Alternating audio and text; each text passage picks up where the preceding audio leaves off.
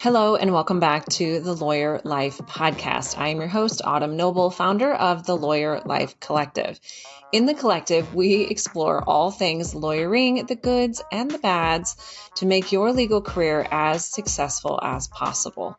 My work in the collective pulls from all of my experience in my own practice, building a team, leading a group, making partner, teaching in colleges, and going in-house with a Fortune 300 company. And I leverage those experiences to help my clients explore their own legal path. Over years of practicing law and coaching attorneys, I have been able to identify how to overcome the biggest challenges that we as lawyers face in the legal industry. If you ever find yourself struggling to juggle it all and create the success that you truly want in your career, you are in the right spot. For those of you that have been listening all along, welcome back. Before we dive into today's episode, I want to tell you about one of the most exciting opportunities that the collective is offering this season. Beginning on April 3rd, the Lady Lawyer Collective Seminar Series kicks off for another round of seminars addressing how to lawyer for real. This series is the core of all of my coaching work, and it takes everything that I have learned from my own practice and coaching hundreds of other attorneys over the last 15 years, and it distills them down to 6 seminars that will teach you everything they should have taught us in law school to actually create lasting and meaningful success in law. The series is completely confidential. There is no expectation of participation or screen time. No one even has to know that you are there. And the best part is, if you're already coaching with me one-on-one, your seat is free. Send me an email and let me know that you want to get in on the next series. Check out the link in the show notes for additional sign-up details, or send me an email to autumn@thelawyerlifecollective.com to get the information. I promise you, this will give you the most effective and the most important tools that I can possibly teach you in coaching to completely transform your career. You do not want to miss this series. Okay, now that that's out of the way, let's go ahead and get started on today's topic, where we are continuing our discussion from the prior episode on dealing with difficult humans.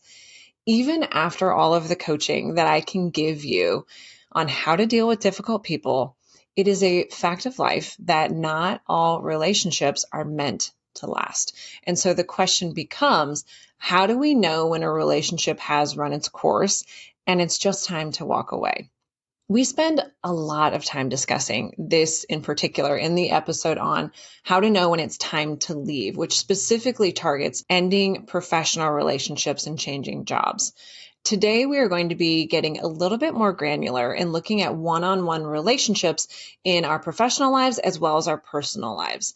So if you're thinking about leaving your job, consider reviewing the episode on how to know when it's time to leave before coming back to this episode that will focus on the more deeper interpersonal relationships at play.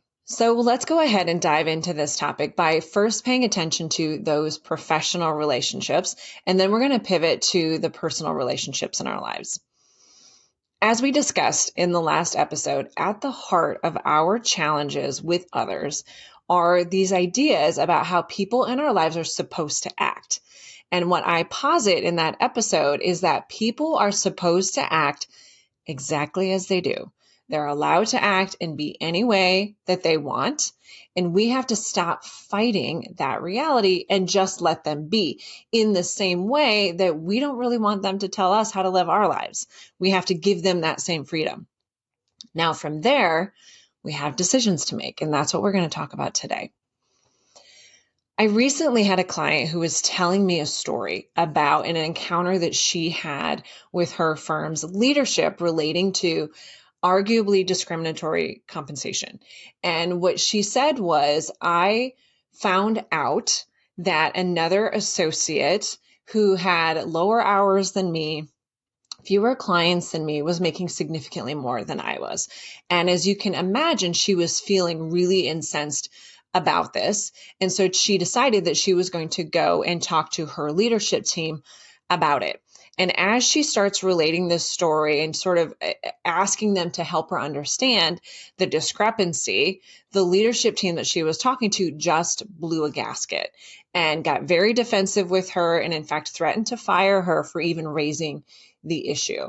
And as she's telling me this story, I'm thinking of my own similar experiences that I've had in practicing law, where we bring something to the leadership team hoping for a constructive dialogue, and it just goes down in flames.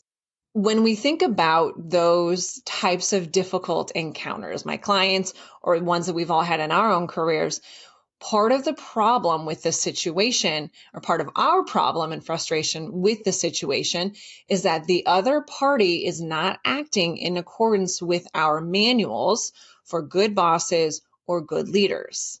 So it's really our disdain for how they handled that scenario that drives where we go from there. And usually where those types of situations put us is that we vacillate between confronting the person and kind of having an epic showdown, or just avoiding them and trying just to get on with our life and our day. When encountering difficult people in our professional lives, one of the most common responses that I see my clients reach for in these types of scenarios is just to avoid the person or confront them. Just as my client was kind of vacillating between the two, this is a pretty common response. In that scenario, she really felt like there wasn't any solution other than just to have it out with this person and likely make the situation worse, or just try not to interact with them and avoid them completely. But as we worked through in coaching, and as I've realized in my own encounters of similar situations, there are flaws with both approaches. When we fantasize about confronting the difficult humans in our lives or simply avoiding them altogether, we are either trying to get the other person to change by confronting them, or we are trying to remove them from our orbit so that we don't have to do any work. We dream of confronting them and seeing them take our comments to heart so that they can change for the better, and then everything will be okay. In the alternative, we think that if we can just escape this person and not have to deal with them, then everything will be okay in that scenario too. But in either case, we're trying to change or eliminate the problem person so that we don't have to feel angry and frustrated anymore. And therein really lies the problem that we've discussed in the last episode. Wanting someone or something else to change so that we can feel better is a futile endeavor that rarely works.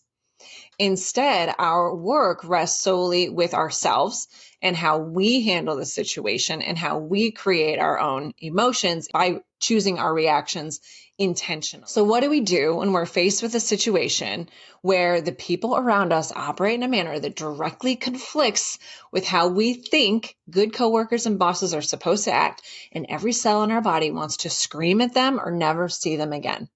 What do? First, we own and recognize the issue is competing manuals about how people are supposed to act. In my client's situation, her boss wanted her to be more gracious and deferential to him and his decisions. And she wanted him to be more open-minded, supportive, and less reactive or aggressive, to name a few things. But we really have these competing manuals about how each person is supposed to show up, and those manuals are inconsistent and mutually exclusive. Second, we have to recognize that in order to decide what to do, we have to let go of that frustration with how the other person is acting and just take them and their reaction at face value. So we stop being frustrated that they don't fit our manual and that we're not going to fit their manual. We just put that aside because it's not helpful. Instead, we have to recognize, like, yeah, I'm frustrated because you're not comporting with my idea of what a good leader is supposed to be. And I'm pissed about that. We have to let that go and instead say, this is likely how this person is going to continue to show up. And if that is the case, and that's their manual that dictates their own actions, what do I want to do with that? And can I just let go of that frustration and try and make a decision from a clean space? We do that not because we want to condone what they have done, but because we want to intentionally and consciously decide our next move from a space that is rational and not emotional or clouded with anger and frustration. We want to be driven by logic. I know in my own career, when I experienced those types of really frustrating encounters with leadership, I had to leave the firm physically that day and find some space to cool down, because I knew that if I stayed at the firm, if I stayed at work that day, I was going to sit there and fume and likely let that anger drive my actions, especially if this person were to like show up at my door to try and talk through things. It wasn't going to go well. And so I knew that I needed to remove myself from that location and from those possibilities so that I could process my frustration, let it go, stop fighting with the reality of how this person was, let that pass, and then start making decisions about what I wanted to do from there.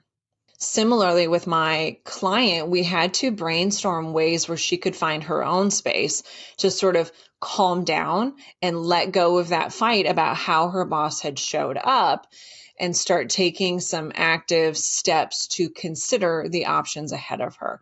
That space, it allows the cloud of anger to kind of clear enough for us to really consider if our disconnect in manuals with this person is enough reason to leave.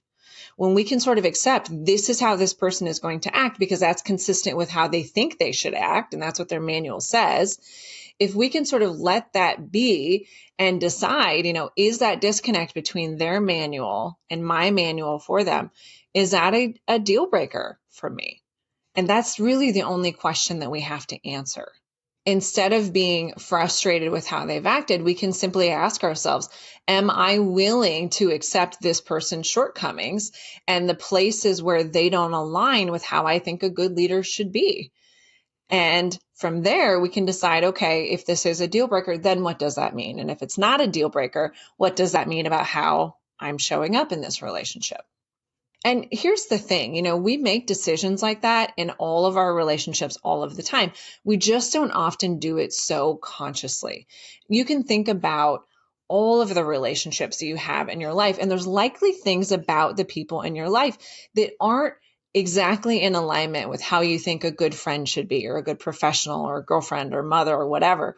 We have people in our lives that we recognize as imperfect, but we've chosen to accept them with all of their flaws. And that's the question that we're really asked here in our professional relationships, where we're struggling with the difficult people around us. Can we accept them and their flaws, or is the flaw so significant that I need to actually make a different kind of decision and end the relationship or move to a different job? In making this exploration, one of the things that you might want to consider is, okay, is this disconnect with my boss? Is it possibly pushing on parts of myself that are rigid in areas where I could be more flexible? Are they pushing on parts of myself that I know that I need to develop? I don't like to have difficult conversations, and when he kind of comes at me aggressively, I cower and run away, and I don't like that. Is that what's really going on here? And is it possible that this disconnect in manuals is really providing me an opportunity to show up and do some hard work on my own flaws? Those are the types of explorations that we get into when we start looking at the choice about whose manual wins and if a flawed manual is reason enough to end a relationship. In my own experience in practicing law, I had a manual where I believe that good leadership required people to be open to all forms of criticism and to hear all sides of every scenario so that they could make reasoned and balanced decisions. My manual for a boss said that leadership should act swiftly to address any type of baseless disparities in compensation or otherwise. And I know in some of my difficult encounters and difficult conversations that I've had in my career, the reactions that I got from leadership in some of those difficult discussions made it pretty clear that this was going to have to be a battle if this was something that I really wanted remedied. The question became, was I willing to accept my boss's flawed reaction to my inquiries and have the fight and engage in the battle, or if I was just simply willing to throw in the towel because it wasn't the type of leadership relationship that I wanted for myself. Ultimately, for me, I decided that I wasn't willing to accept that type of a flawed manual from leadership. It wasn't okay for me the way that that person deviated from my manual. And I didn't have to crucify them for it. I didn't have to judge them for their shortcomings or stew in anger about it for months on end. I simply realized that having a leader that was unwilling to have difficult conversations with me was something I was not willing to accept. It was a flaw in the manual that was a deal breaker for me. I wanted a leader with enough humility to consider whether I was saying something important, no matter how much it annoyed him. And that part of my manual was not something I was willing to compromise on, so I left. I remember in one professional encounter I had with a difficult boss, I finally had had enough with kind of the back and forth and the frustrating conversations and being frustrated with how he was showing up. And I decided that it was just time for me to move on. And when I went to have the conversation with him about it, he looked at me and expressed how shocked he was to me that I was leaving. And I looked at him and I said, I'm shocked that you're shocked. And it just like really goes to show you that the way that people react to us in professional settings, or really in any setting in life, it rarely has anything to do with us. They're just showing up the best that they think they can within the framework that they have created for themselves. And his reaction really underscored that point for me. It was never really about me.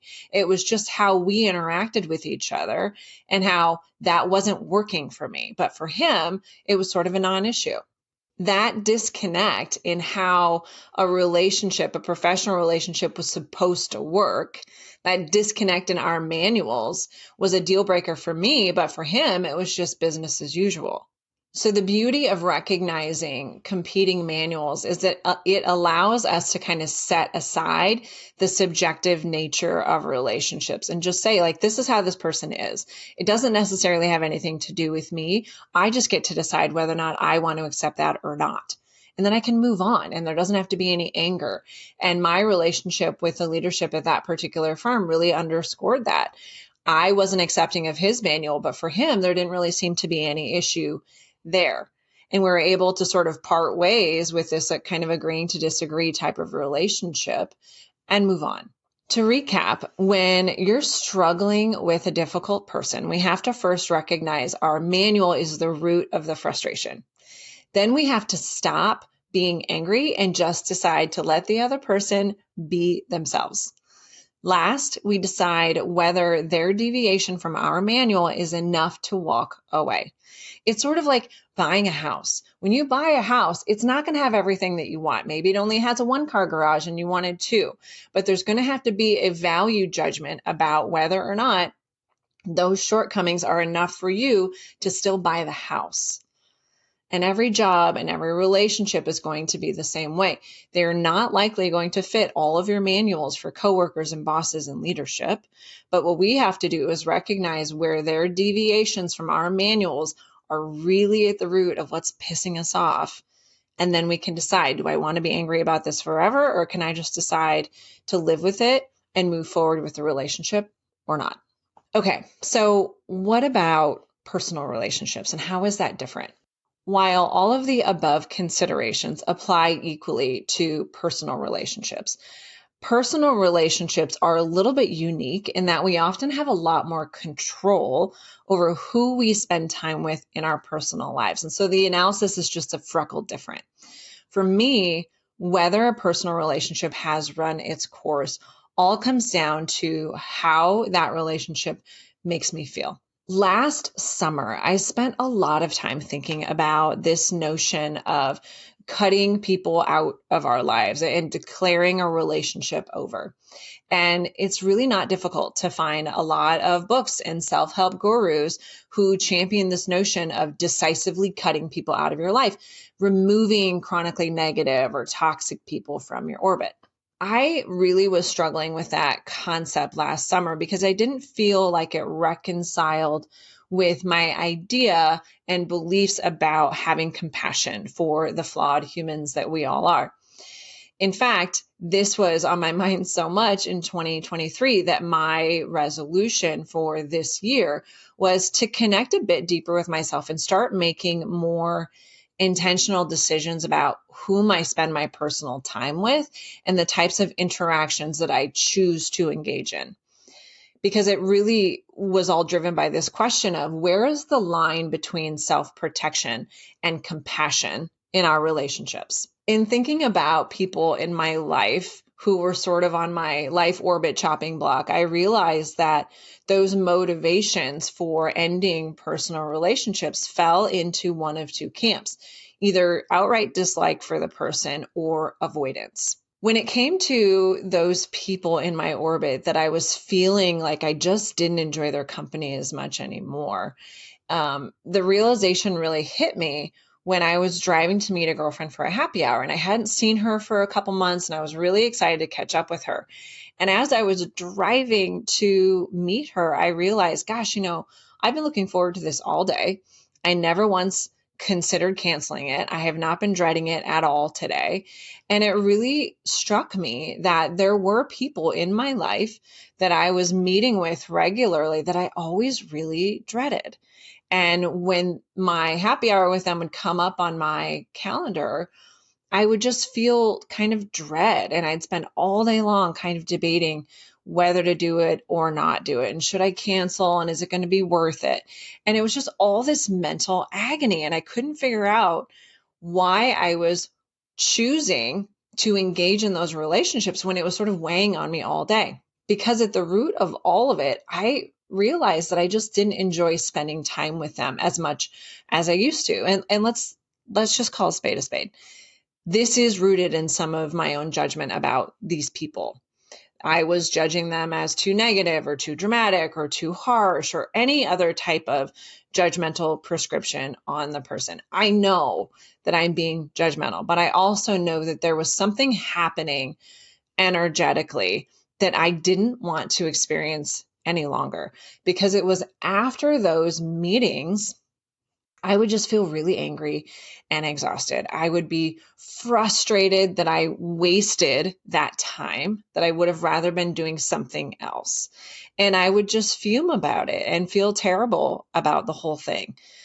So, judgment aside, it was pretty clear to me that I was not enjoying spending time with some of these people, and I wasn't looking forward to being around them. Partly this was driven by this realization that their energy, that relationship was really draining me. It was draining me in anticipation of the meeting, and it was draining me afterwards as I was sort of decompressing from the encounter. That's when I realized that I think there is certainly some benefit to deciding when a relationship has run its course. There are inevitably some relationships that chronically take more than they give and require so much energy just to show up for, especially for someone who's an introvert, that it takes a lot of energy for me to show up anyway. When I feel like the people I'm encountering are taking more than they're giving, I really feel it for a long time after the encounter. I had these relationships that they just didn't feel good. And they no longer felt authentic. For me, it felt like unrequited affection. And I felt like I was perpetuating a falsehood, a false relationship. And that was really the crux of it for me. I was no longer being authentic in the relationship. And that's when I knew those relationships had to conclude. It didn't mean anything about the other person. And it didn't even mean that my judgments about them as dramatic or toxic or whatever, it doesn't mean that any of that's true. We had just outgrown each other, or I had certainly outgrown my enjoyment of the relationship, and I wasn't willing to continually show up inauthentic and pretend like I didn't feel the way I felt. So for me, that's how I knew which relationships likely needed a closer examination and potentially a determination that maybe their season has come to an end, and that's fine. In the other bucket of humans and relationships I was considering were people that I was really wanting to kind of distance myself from, not because I didn't still love a part of them, but because I was stuck in some kind of anger or frustration about them. And it just felt a lot easier to distance myself from them than to actually do the work. Distance was sort of the easy button, as opposed to figuring out what was really going on in the relationship. The people in that camp, they weren't people that I necessarily deemed like toxic or obsessively negative.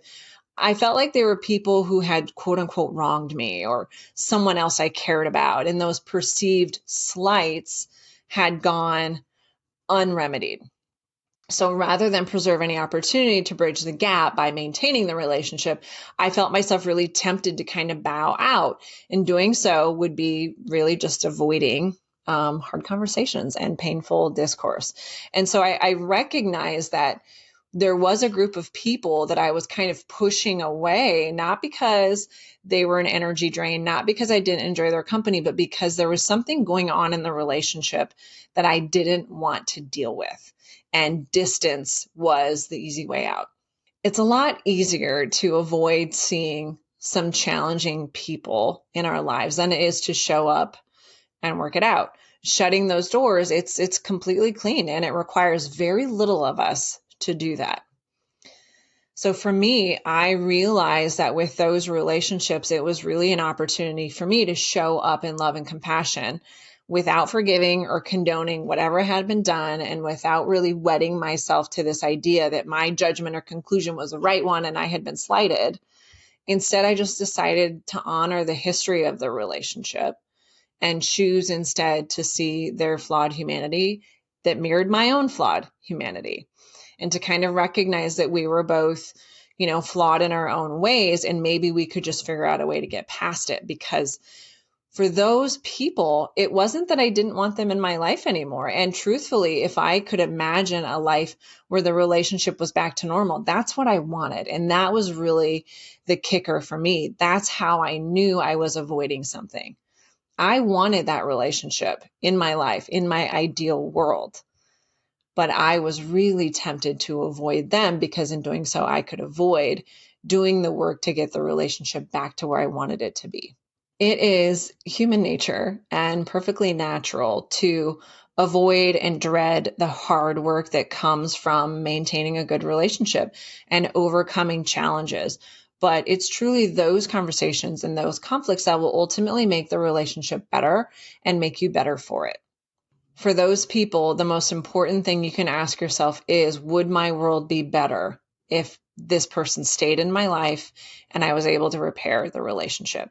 If the answer to that is yes, then you know that there's an opportunity for you to stand up and try and bridge the gap. And if you're completely shut down, and if all of those attempts get the relationship nowhere, then you will at least know that you have tried, and you're back at square one, where you're considering, okay, maybe this relationship has run its season and it's time to move on. But at least you will do that knowing you tried to get the relationship back to where you wanted it to be. To summarize, when it comes to our professional relationships, when you're making a decision whether or not a relationship has run its course, we have to own our manual and recognize that that is what is dictating our frustration in the matter.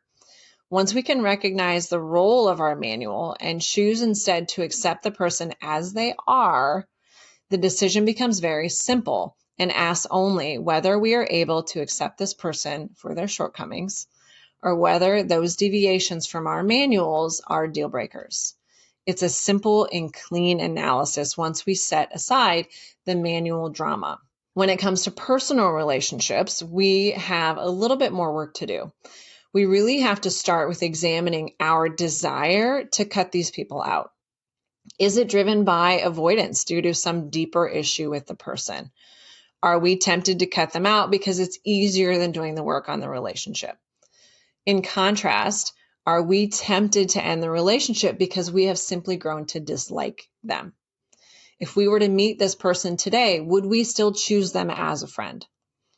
Not every person on your journey is meant to be with you through every season of your life, and it's perfectly okay to recognize when someone's season has come to an end and simply part ways amicably and thanking them for their role in the previous parts of the journey. It does not have to be an indictment of the person, but simply an acknowledgement of your own needs and your desire to be authentic in all of your relationships.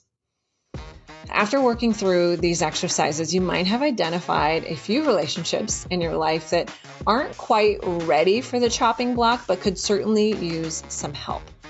If that is the case, you are in luck, because in our next episode, we're going to take this to its final chapter and explore how to transform any relationship. And unfortunately, it does not involve mind control, but it's about as close as we're ever going to get. As always, be sure to check out the show notes for important resources and updates, and particularly to sign up for the next Lady Lawyer Collective seminar series, where we will dig into how to lawyer for real and everything they should have taught us in law school. If you do no other work with me, this is the one that I strongly recommend because it is simply so transformative. We will really dig into the most essential coaching tools in one seminar series and teach you everything that you actually need to know to create success in law. Head over to thelawyerlifecollective.com and sign up for the next series before all the seats are gone. Thanks to all of you for your continued listening and support, and thanks for sharing with your friends.